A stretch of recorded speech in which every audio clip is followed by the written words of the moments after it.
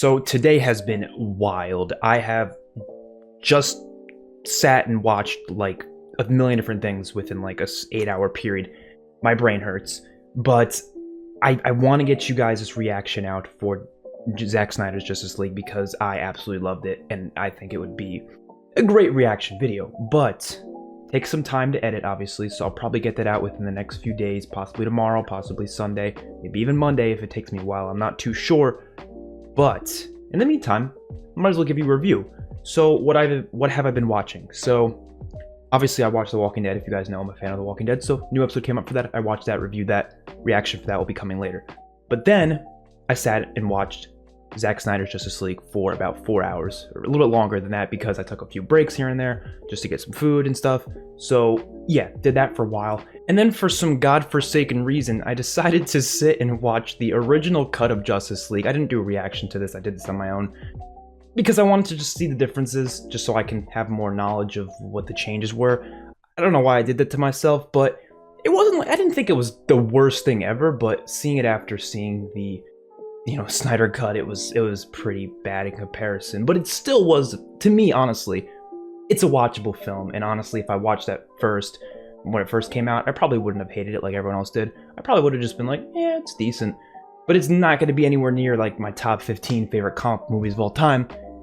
But Zack Snyder's Justice League, that is definitely within my top 10 favorite comic book movies of all time, and I'm not even exaggerating with that at all. I really loved it. So it was long, but the reason why the length doesn't really matter to me is because it's on HBO Max, right? If this was a theatrical release and it was 4 hours, I don't think it would work. I understand why movies and companies like to try to make the movies a little bit shorter, but then I started thinking about it and I was like, actually, you know what? No, I think a 4-hour movie in theaters could work. I've seen many Broadway plays that have been like 4 hours. You have to do an intermission, though. You have to. You cannot have that film play out for 4 hours and expect people to be okay with that. For many reasons. People need to use the bathroom. They want to get some food. Something. If you just have a 4-hour movie, people are going to take breaks. They're going to leave. And obviously, they don't want to. They want to enjoy the movie. So you need intermissions. Whether it be 1 intermission, 2 intermissions, I don't know. This movie was really well cut up on HBO Max, though, between 7 chapters. I thought that was pretty interesting. I didn't, like, stop each chapter or anything. But if you want to watch just like a TV series, like a 1-season TV series, you could essentially do that. There would be about, I guess 30 minutes per chapter, give or take. It works that way. And I feel like this could have worked in theaters. And I really get so annoyed that this even exists in the first place because it's like, why couldn't they just let the vision of Snyder? I know there was a lot of behind the scenes stuff with his daughter and such, but even when it comes to like Batman v Superman, let these directors do the film they want to make. Stop mandating all these changes and forcefully pushing what you think is necessary, when in reality you should just do what the directors want, because usually they're right. Usually the director's cuts of these films tend to be much better than what the theatrical cuts were. So I don't get it. Sometimes obviously they're shortened for, like I said, for the theater, but intermissions is something I feel like theaters should do more for films. I feel like that's not a bad idea, and I feel like this whole chapter thing kind of opens up some possibilities for future movies that come out in the cinema. I know this is releasing in cinema as well, I believe. I believe a lot of other countries and such that don't have HBO Max, they might have to go see it in the theaters. So I thought this movie, though, it was well paced. I watched a couple non-spoiler review videos before going into it. Not too much, just of my 2 favorite YouTubers that talk about movie-related stuff. I just wanted to see their quick thoughts on it, and then I just got off the video. I didn't want to see too much of it because I didn't want to get too much of their opinion in my mind before going into it. And the one thing I noticed all of them saying was that the first half of the film was a little bit slow in terms of pacing. I didn't feel that way. I sat through this entire film and I was like, I guess it has to do with the fact that I haven't seen the original Justice League before, so I guess if you have, maybe it's a little bit slower because of that. You already know the general story, but it was all new to me. It was all new stuff to me, so I didn't feel that way. I was all like, I was intrigued in basically everything that was happening, right? And one thing I definitely noticed from the differences, big thing from the differences between this one and the original cut, was that the Snyder cut has just so much more meaningful story to it. We'll get into tone and other stuff as well, but there's so much more story that allows you to actually care about what's going on more. Because when I watched the theatrical cut, I didn't really feel like they gave any characterization to, especially Cyborg and Flash. Those are the two that I feel like are most notably in this situation, mainly Cyborg. Cyborg's character, he was just trash in the theatrical cut. I watched it, I'm like, how can anyone give a living shit about his character? They don't talk about him at all. He's just kind of there. And then I watched, the Snyder Cut. It's like, it's so much better. There's so much more story to him. They give him a whole backstory. I do think, and I don't like to compare them to Marvel too much, but I do think if you had solo films with some of these characters prior, maybe it would allow for these films to kind of feel a little bit more. You wouldn't have to spend much time building up certain characters. But when you have 4 hours to do it, it works perfectly. Like, I really had no problem with them spending some time with some character backstories in the Snyder Cut because they had so much more time to still focus on other stuff. The original was clearly rushed. You can see the scenes are just cut so awkwardly because you can tell they're trying to chop it up in a way that makes it faster because it has to be under 2 hours, which is so stupid. Why not make it? Who cares? Again, I know it's the whole theater thing, but again, do intermissions. I will say, I think one of the only negatives I have is there are a few scenes here and there where I feel like didn't need to be there, but a big part of it comes from whether or not we're going to get a sequel, whether or not we're going to get more films in this franchise. I've been looking it up, I've been researching. They haven't really said concretely yes or no to this. I don't think they would. It seems like it'd be weird. I know they plan future DCU films, of course. They have the Flash movie coming out, which is I'm pretty excited for. I believe Ben Affleck's coming back for that, and I believe Michael Keaton's been in talks of coming. There's a whole multiverse thing going on, whatever. I'm interested in that, but I don't believe they're going to do another Justice League with all these characters, and they build up a lot in the epilogue. They build up a ton of stuff of what's to come, especially with, of course, Darkseid, which Darkseid wasn't even in the original cut. So it was so interesting to see it, and I was like, are they going to actually have him, like, be a part of the film? Like, is he going to come and he's going to battle in this movie? Is that all going to happen? But then it cuts to the epilogue, and I'm like, okay, no, they're not going to do all of that here. Because, of course, I guess if I already saw the original, I would know that, because I'd be like, that wouldn't make any sense. How would you fit in a whole nother battle? But they were clearly building up a sequel where Darkseid would come and there would be a big battle, almost like Infinity War or whatever. And I really think that would be interesting. Now, I think the reason why Snyder left all that stuff in is, well, A, because he wanted to leave everything in, right? He wanted to basically show everything that he did. He didn't want to leave anything out. What's the point of leaving anything out? You know what I mean? It was cool stuff to build up for the future, but the problem is if it doesn't happen, then it feels like wasted time in the movie. Kind of like The Amazing Spider-Man 2. There was so much build-up in that movie, and they never got a sequel, so it was almost like, felt like wasted time.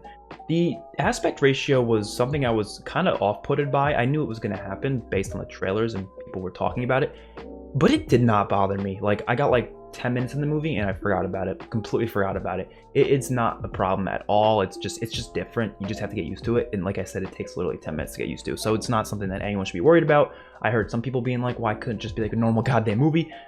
I don't have any problem with it after 10 minutes, so it shouldn't be anything wrong with anyone else.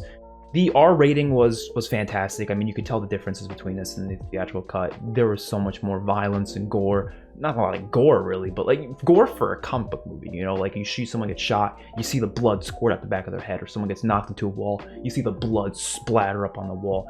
All that type of stuff was great. But I think the biggest improvement, this is honestly the biggest improvement, I think, from the theatrical to the Snyder Cut, is Steppenwolf. I went to the movie obviously not knowing anything about him, other than just what he looks like, and I was pretty excited to learn about his character. And Snyder's Cut did a fantastic job of laying out his character, showing his motivations. He looked awesome. He had a lot of cool scenes. He had a lot of cool fight scenes as well. But then in the theatrical cut, when I watched it afterwards, they didn't do like jack shit with him, and he looked stupid, so that doesn't really change it. But they didn't really show him much. You didn't really get to understand what he was doing. He just kind of seemed like a really mustache twirling type villain. I don't know. He just didn't seem interesting. I don't know.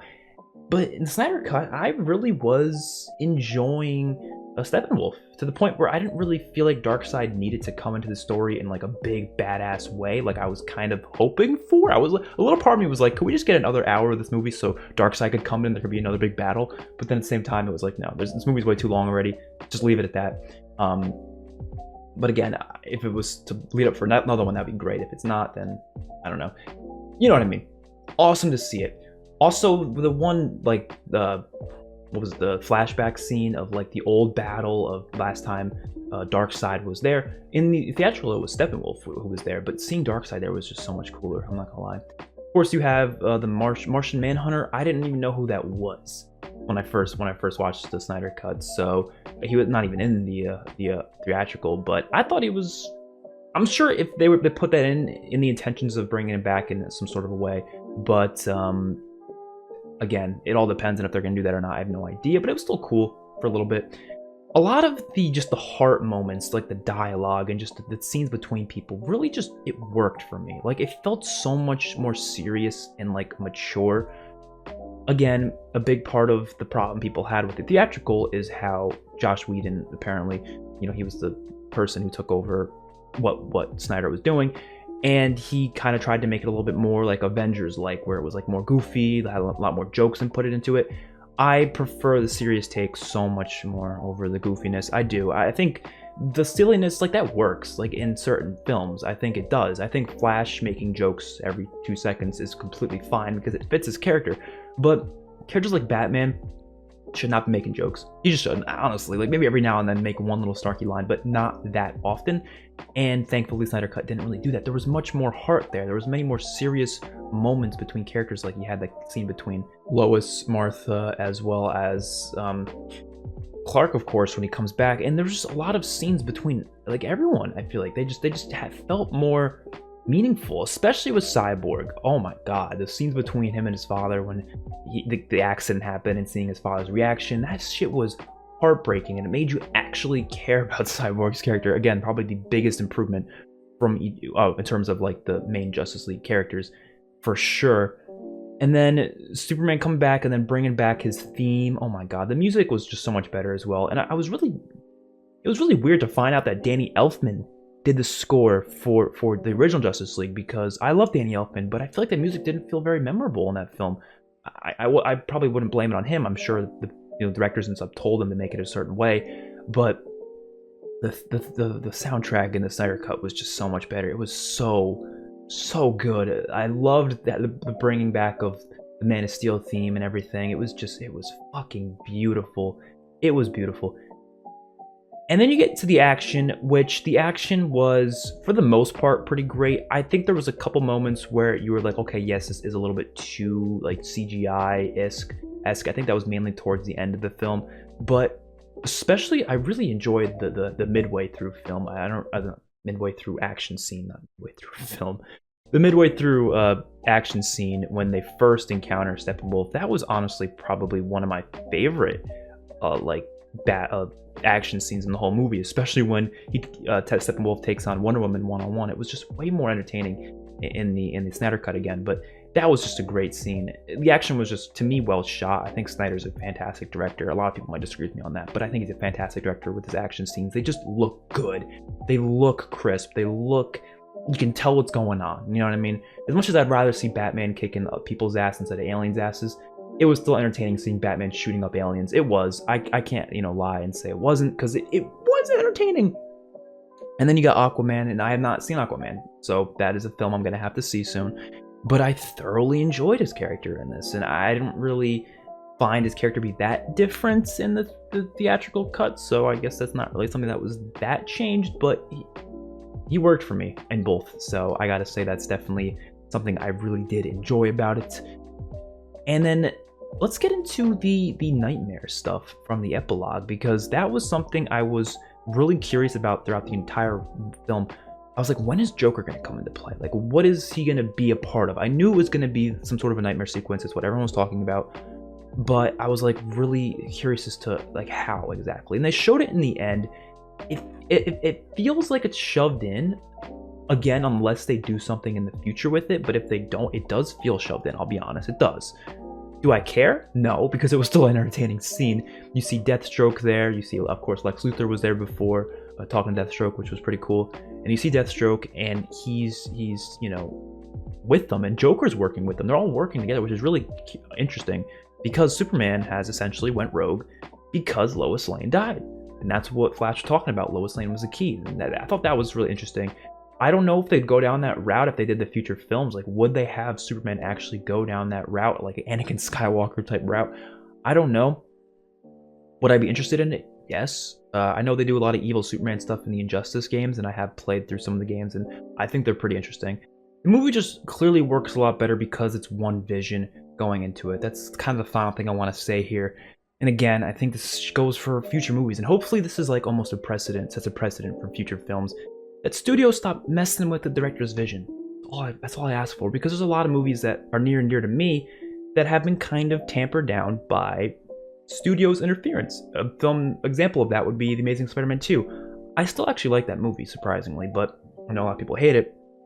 But a lot of the problems with it comes from studio interference and trying to push certain things when the director clearly did not want that. That is what destroys movies, and that is what kills them. And I can't believe it's taking this long for studios to realize this. I do think Warner Brothers has learned from their mistakes, and I do think that they will hopefully allow for more in the future, and they will just let the directors do what the hell they want to do. And it's looking pretty bright for DC. You got the Suicide Squad, which looks fantastic. We haven't even seen an official trailer yet. We've just seen some sneak peeks and behind the scenes stuff. Suicide Squad looks amazing. The Batman from that one trailer looks amazing. So that's already a great slate for DC. Of course, you have Black Adam, you have The Flash, a couple other things that are coming out for DC as well, and it all looks pretty damn good. Same thing goes for Marvel. It's just looking good for comic books, movies, and shows in general, so I'm excited. I'm definitely going to do a ranking of every comic book movie I've ever watched, video, which can be crazy, maybe a tier ranking of some sort, after I've finished watching basically all of them that I can find, at least a lot of the popular ones, because I haven't seen every single one, of course.